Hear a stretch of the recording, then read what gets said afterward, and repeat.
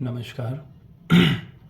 आज का हमारा टॉपिक है राजस्थान राज्य मानवाधिकार आयोग RSHRC, Rajasthan state human rights commission. सर्वप्रथम हम देखते हैं इसका ऐतिहासिक परिप्रेक्ष्य।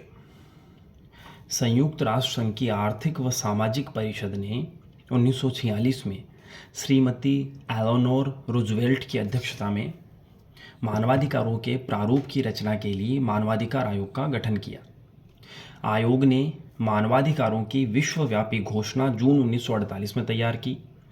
संयुक्त राष्ट्र महासभा ने इसे 10 दिसंबर 1948 को स्वीकार कर सर्वप्रथम इसकी घोषणा की। तभी से हर वर्ष 10 दिसंबर को अंतर्राष्ट्रीय मानवाधिकार दिवस के रूप में मनाया जाता है। अब बात करते हैं हमारे देश की।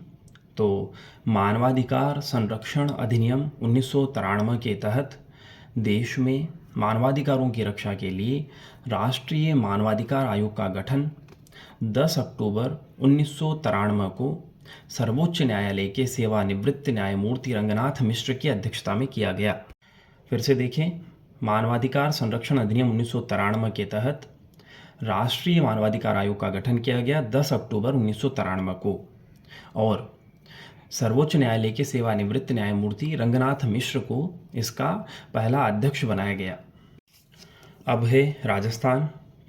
तो राजस्थान राज्य में मानवाधिकारों के प्रभावी संरक्षण के लिए राजस्थान राज्य मानवाधिकार आयोग का गठन मानव अधिकार संरक्षण अधिनियम 1993 के अध्याय 5 की धारा 21(1) के तहत किया गया। इस संबंध में राज्य सरकार द्वारा 18 जनवरी 1999 को एक अधिसूचना जारी कर इस आयोग का गठन किया गया। राजस्थान राज्य मानवाधिकार आयोग का गठन राज्य सरकार द्वारा 18 जनवरी 1999 को एक अधिसूचना जारी कर किया गया। तो राजस्थान राज्य मानवाधिकार आयोग का गठन 18 जनवरी 1999 को किया गया, लेकिन आयोग ने कार्य करना मार्च 2000 ईस्वी से शुरू किया। तो आयोग ने कार्य करना मार्च 2000 ईस्वी से शुरू किया, जबकि गठन जो है 18 जनवरी 1999 को एक अधिसूचना द्वारा किया गया। राजस्थान का प्रथम मानव विकास प्रतिवेदन 2002 ईस्वी में बना, जिसका मुख्य विषय था वैश्वीकरण के युग में स्थायी आजीविका को बढ़ावा देना। राजस्थान का प्रथम मानव विकास प्रतिवेदन 2002 ईस्वी में बना, जिसका मुख्य विषय था वैश्वीकरण के युग में स्थायी आजीविका को बढ़ावा देना। तो संसद द्वारा पारित मानवाधिकार संरक्षण अधिनियम 1993 में मूल अधिनियम में सदस्यों की संख्या 4 रखी गई थी, जो कि 2006 में संशोधन करके राज्य मानवाधिकार आयोग में अध्यक्ष के अलावा सदस्यों की संख्या घटाकर 2 कर दी गई है।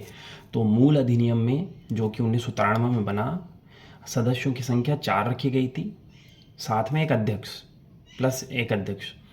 और इस मानवाधिकार संरक्षण अधिनियम में 2006 में संशोधन करके अध्यक्ष के अलावा सदस्यों की संख्या घटाकर 2 कर दी गई। अब हम देखते हैं मानव अधिकार संरक्षण अधिनियम 1993, जो कि 2006 एवं 2019 में संशोधन भी किया गया, जिसमें मानव अधिकार संरक्षण अधिनियम 1993 जिसमें 2006 एवं 2019 में संशोधन भी किए गए हैं। तो इस अधिनियम से संबंधित सारी जानकारी देखते हैं हम। इस अधिनियम में कुल 8 अध्याय हैं। तो मानव अधिकार संरक्षण अधिनियम 1993 में कुल 8 अध्याय हैं। अध्याय 1 में दिया गया है संक्षिप्त नाम, विस्तार और प्रारंभ, साथ में परिभाषाएं। अध्याय 2 में दिया गया है राष्ट्रीय मानव अधिकार आयोग। अध्याय 3 में दिया गया है आयोग के कार्य और शक्तियां। अध्याय 4 में दिया है प्रक्रिया। अध्याय 5 राज्य मानव अधिकार आयोग। तो ये जो अध्याय 5 है, इसमें राज्य मानव अधिकार आयोग दिया गया है, ये हमारे काम का है अभी। तो अध्याय 5 में है राज्य मानव अधिकार आयोग। अध्याय 6 मानव अधिकार न्यायालय। अध्याय 7 वित्त, लेखा और संपरीक्षा। अध्याय 8 विविध, जिसमें कई नियम बताए गए हैं, जैसे नियम बनाने की राज्य सरकार की शक्ति। इसकी धारा 41 में दी गई है। तो अध्याय 8 की विविध नाम है अध्याय 8 का, और इसकी धारा 41 में नियम बनाने की राज्य सरकार की शक्ति ये दिया हुआ है। तो हमने देखा मानव अधिकार संरक्षण अधिनियम 1993 में कुल 8 अध्याय हैं।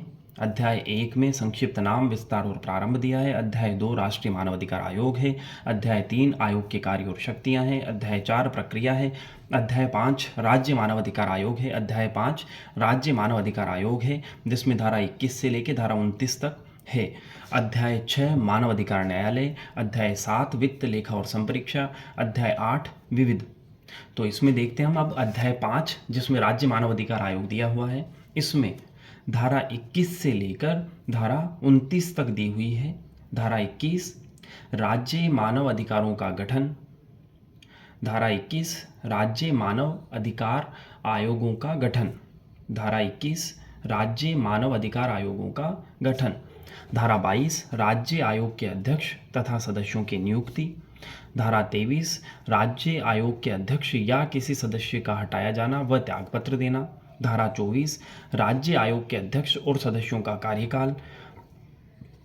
धारा 25 कतिपय परिस्थितियों में सदस्य का अध्यक्ष के रूप में कार्य करना या उसके कृत्यों का निर्वहन। धारा 26 राज्य आयोगों के अध्यक्ष और सदस्यों की सेवा के निबंधन और शर्तें। धारा 27 राज्य आयोग के अधिकारी और अन्य कर्मचारी वृंद। धारा 28 राज्य आयोग की वार्षिक और विशेष रिपोर्टें। धारा 29 राष्ट्रीय मानव अधिकार आयोग से संबंधित कतिपय उपबंधों का राज्य मानव अधिकार आयोगों पर लागू होना। इसके अलावा अध्याय 8 की विविध में भी धारा 41 दी हुई है, जो नियम बनाने की राज्य सरकार की शक्ति दिया हुआ है उसमें। तो फिर से देखें, मानव अधिकार संरक्षण अधिनियम 1993 जो कि 2006 एवं 2019 में संशोधित किया गया। इसके अध्याय 5 में राज्य मानव अधिकार आयोग दिया हुआ है, जिसमें सर्वप्रथम है धारा 21।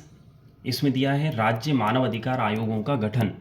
धारा 22 राज्य आयोग के अध्यक्ष तथा सदस्यों की नियुक्ति। धारा 23 राज्य आयोग के अध्यक्ष या किसी सदस्य का हटाया जाना व त्यागपत्र देना।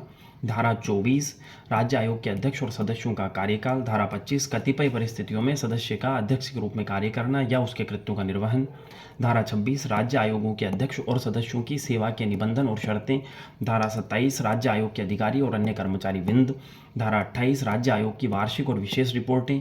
धारा 29 राष्ट्रीय मानवाधिकार आयोग से संबंधित कतिपय उपबंधों का राज्य मानवाधिकार आयोगों पर लागू होना। अब इनको हम विस्तार से देखते हैं। धारा 21 राज्य मानव अधिकार आयोग का गठन। इसी धारा में प्रदत्त अधिकारों के तहत राजस्थान सरकार ने 18 जनवरी 1999 को राजस्थान मानवाधिकार आयोग का गठन किया। फिर है धारा 22 जो है नियुक्ति से संबंधित। राज्य मानवाधिकार आयोग के अध्यक्ष व सदस्यों की नियुक्ति एक समिति की सिफारिश पर राज्यपाल द्वारा हस्ताक्षरित एक वारंट द्वारा की जाती है। इस समिति में निम्न शामिल होते हैं: अध्यक्ष मुख्यमंत्री, सदस्य विधानसभा अध्यक्ष, उस राज्य का गृह मंत्री और विधानसभा में विपक्ष का नेता।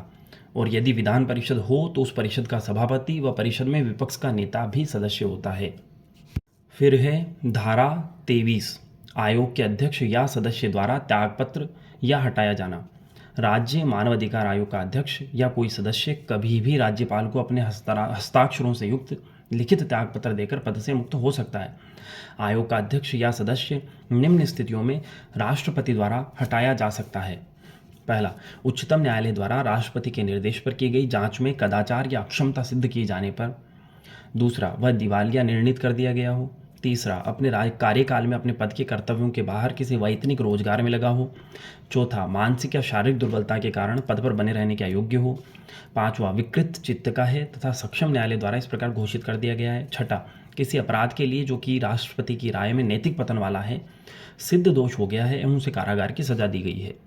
इसके बाद है धारा 24 जिसमें है अध्यक्ष एवं सदस्यों की पदावधि 3 वर्ष या 70 वर्ष की आयु जो भी पहले हो पद धारण कर सकेंगे एवं पुनर्नियुक्ति के योग्य होंगे।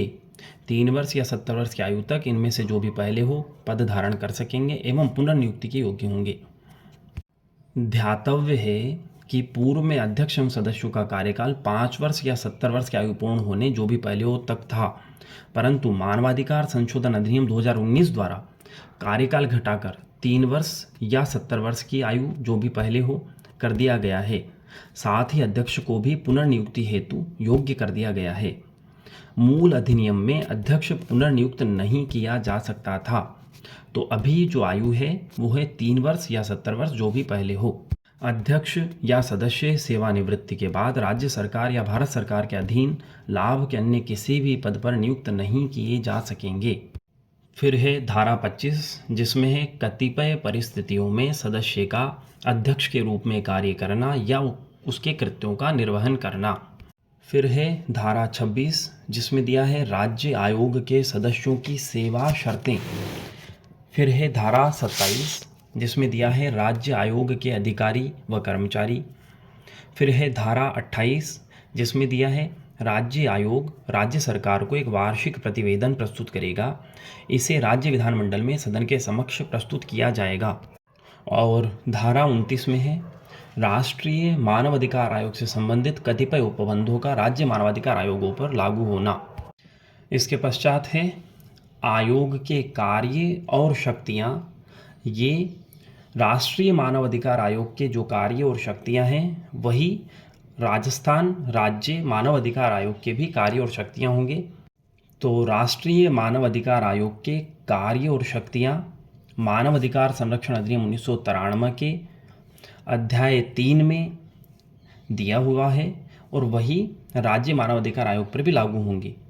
तो अध्याय 3 में आयोग के कार्य और शक्तियाँ दी हुई है, जिसमें धारा 12 इसमें आयोग के कार्य दिए हैं, धारा 13 जांच से संबंधित शक्तियाँ दी हुई है, धारा 14 अन्वेषण, धारा 15 आयोग के समक्ष व्यक्तियों द्वारा किए गए कथन, धारा 16 उन व्यक्तियों की सुनवाई जिन पर प्रतिकूल प्रभाव पड़ना संभाव्य है। तो मानवाधिकार संरक्षण अधिनियम 1993 की अध्याय 3 के में दिया हुआ है आयोग के कार्य और शक्तियाँ। ये राष्ट्रीय मानवाधिकार आयोग के कार्य और शक्तियाँ हैं, यही राज्य मानवाधिकार आयोग पर भी लागू होते हैं। अब देखें आयोग की कार्य प्रणाली। आयोग के पास यानी राजस्थान राज्य मानवाधिकार आयोग के पास सिविल कोर्ट जैसे सभी अधिकार व शक्तियां हैं व इसका चरित्र भी न्यायिक है। आयोग के पास मानव अधिकारों के उल्लंघन से संबंधित शिकायतों की जांच हेतु एक स्वयं का जांच दल है। इस प्रकार आयोग का कार्य मुख्यतः सिफारिशी या सलाहकार का होता है। मानव अधिकार उल्लंघन के दोषी को दंड देने का अधिकार नहीं रखता है और न ही पीड़ित को किसी प्रकार की आर्थिक या अन्य सहायता प्रदान कर सकता है। आयोग की सिफारिशें संबंधित सरकार अथवा अधिकारी पर बाध्य नहीं है। अब है राज्य मानवाधिकार आयोग के अध्यक्ष व सदस्य। इस आयोग का अध्यक्ष किसी उच्च न्यायालय का सेवानिवृत्त मुख्य न्यायाधीश या अन्य न्यायाधीश हो सकता है। अध्यक्ष के अलावा इस आयोग में निम्न 2 सदस्य होंगे। पहला सदस्य या एक सदस्य जो उच्च न्यायालय का न्यायाधीश है या रहा है या राज्य में जिला न्यायाधीश है या रहा है तथा उसे जिला न्यायाधीश के रूप में कार्य करने का कम से कम 7 वर्ष का अनुभव हो। एक सदस्य जिसकी नियुक्ति उन व्यक्तियों में से की जाएगी जिन्हें मानव अधिकारों से संबंधित मामलों का विशेष ज्ञान या व्यावहारिक अनुभव रहा हो। राज्य आयोग में एक सचिव होगा जो आयोग का मुख्य कार्यपालक अधिकारी होगा तथा वह आयोग के अध्यक्ष के नियंत्रणाधीन आयोग की सभी प्रशासनिक एवं वित्तीय शक्तियों का निर्वहन करेगा। अब देखते हैं राजस्थान मानवाधिकार आयोग के अध्यक्ष। तो राजस्थान मानवाधिकार आयोग की प्रथम अध्यक्ष न्यायाधीश कांता भटनागर थी, जिन्होंने 23 मार्च 2000 ईस्वी को पद ग्रहण किया। राजस्थान मानवाधिकार आयोग की प्रथम अध्यक्ष न्यायाधीश कांता भटनागर थी, जिन्होंने 23 मार्च 2000 ईस्वी को पद ग्रहण किया। आयोग के वर्तमान अध्यक्ष जस्टिस गोपाल कृष्ण व्यास राजस्थान उच्च न्यायालय के पूर्व न्यायाधीश हैं, जिनकी नियुक्ति 22 जनवरी 2021 को की गई। ये आयोग के 5वें अध्यक्ष हैं। तो आयोग के वर्तमान अध्यक्ष जस्टिस गोपाल कृष्ण व्यास हैं, जिनकी नियुक्ति 22 जनवरी 2021 को की गई। ये आयोग के 5वें अध्यक्ष हैं। तो आयोग की प्रथम अध्यक्ष हो गई न्यायाधीश कांता भटनागर, जिन्होंने 23 मार्च 2000 ईस्वी को पद ग्रहण किया। उनके बाद जस्टिस सैयद सगीर अहमद बने। उसके बाद नगेंद्र कुमार जैन। उनके बाद जस्टिस प्रकाश टाटिया और इनके बाद अभी जो हैं वो हैं जस्टिस गोपाल कृष्ण व्यास। तो राजस्थान राज्य मानवाधिकार आयोग की प्रथम अध्यक्ष कांता भटनागर रही, दूसरे सैयद सगीर अहमद, तीसरे नगेंद्र कुमार जैन, चौथे प्रकाश टाटिया और अभी पांचवे जो हैं वो है गोपाल कृष्ण व्यास। इनके अतिरिक्त दो लोग कार्यवाहक अध्यक्ष रह चुके हैं। पहले हैं HR कुड़ी और दूसरे हैं महेश चंद्र शर्मा। तो ये दो लोग कार्यवाहक अध्यक्ष रह चुके हैं, HR कुड़ी और महेश चंद्र शर्मा। इसके अलावा जस्टिस प्रकाश टाटिया ने अपना कार्यकाल पूरा होने से पूर्व ही अध्यक्ष पद से त्यागपत्र दे दिया था। जस्टिस प्रकाश टाटिया ने अपना कार्यकाल पूरा होने से पूर्व ही अध्यक्ष पद से त्यागपत्र दे दिया था। और अब अंत में राजस्थान राज्य मानवाधिकार आयोग RSHRC Rajasthan state human rights commission से संबंधित मुख्य बिंदु देख लेते हैं। मानव अधिकार संरक्षण अधिनियम 1993 के अध्याय 5 की धारा 21(1) के तहत राज्य सरकार द्वारा 18 जनवरी 1999 को अधिसूचना जारी की गई। मार्च 2000 ईस्वी से आयोग ने कार्य करना प्रारंभ किया। आयोग में एक अध्यक्ष एवं 2 सदस्य होते हैं। मूल अधिनियम में 4 सदस्य थे, जिन्हें बाद में घटाकर 2 सदस्य कर दिया गया। कार्यकाल होता है 3 वर्ष या 7 वर्ष, जो भी पहले हो। चयन समिति, राजस्थान राज्य मानवाधिकार आयोग की जो चयन समिति है उसमें निम्नलिखित शामिल होते हैं। अध्यक्ष होता है मुख्यमंत्री और सदस्यों में विधानसभा अध्यक्ष, उस राज्य का गृह मंत्री, विधानसभा में विपक्ष का नेता और यदि विधान परिषद हो तो उस परिषद का सभापति व परिषद में विपक्ष का नेता भी। राजस्थान राज्य मानवाधिकार आयोग की प्रथम अध्यक्ष थी न्यायाधीश कांता भटनागर, जिन्होंने 23 मार्च 2000 ईस्वी से कार्य करना प्रारंभ किया। उनके बाद जो अध्यक्ष रहे वो हैं कांता कुमारी भटनागर के बाद सैयद सगीर अहमद, नगेंद्र कुमार जैन, प्रकाश टाटिया और अब गोपाल कृष्ण व्यास। गोपाल कृष्ण व्यास की नियुक्ति 22 जनवरी 2021 को की गई है और ये 5वें अध्यक्ष हैं। तो राजस्थान राज्य मानवाधिकार आयोग का टॉपिक यहाँ पूरा हुआ। धन्यवाद।